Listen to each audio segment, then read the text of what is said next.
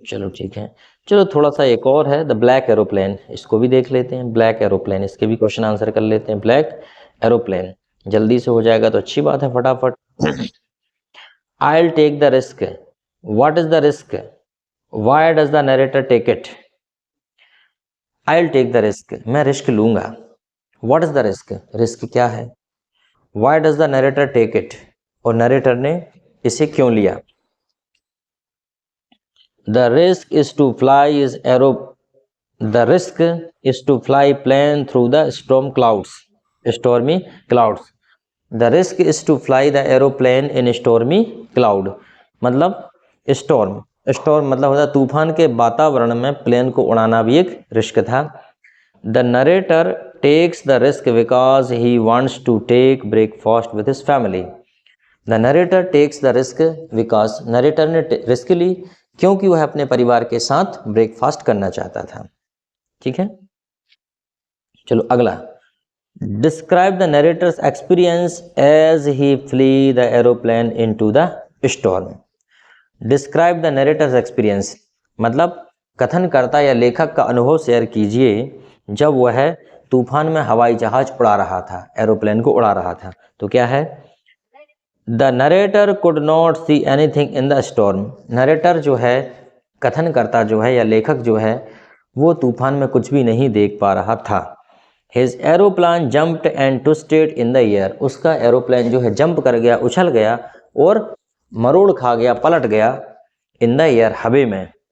His compass and radio were dead, उसका compass और radio dead हो चुका था। He was lost in the storm, वह तूफान में एक तरह से गुम गया था, खो गया था। ठीक है, चलो अगला है question number 3। What made the women in the control, control centre look at the narrator's strangely.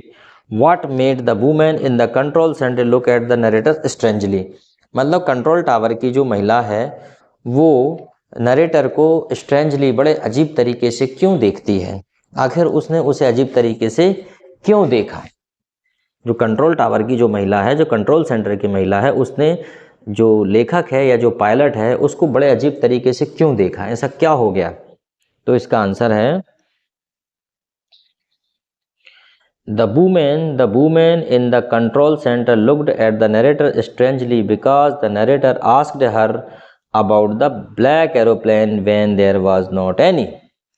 जब the woman in the control center looked at the narrator strangely because the narrator asked her about the black aeroplane, जब narrator ने उससे एक काले हवाई जहाज black aeroplane के बारे में पूछा जो कि था ही नहीं, तो महिला ने उसे बड़े अजीब तरीके से देखा।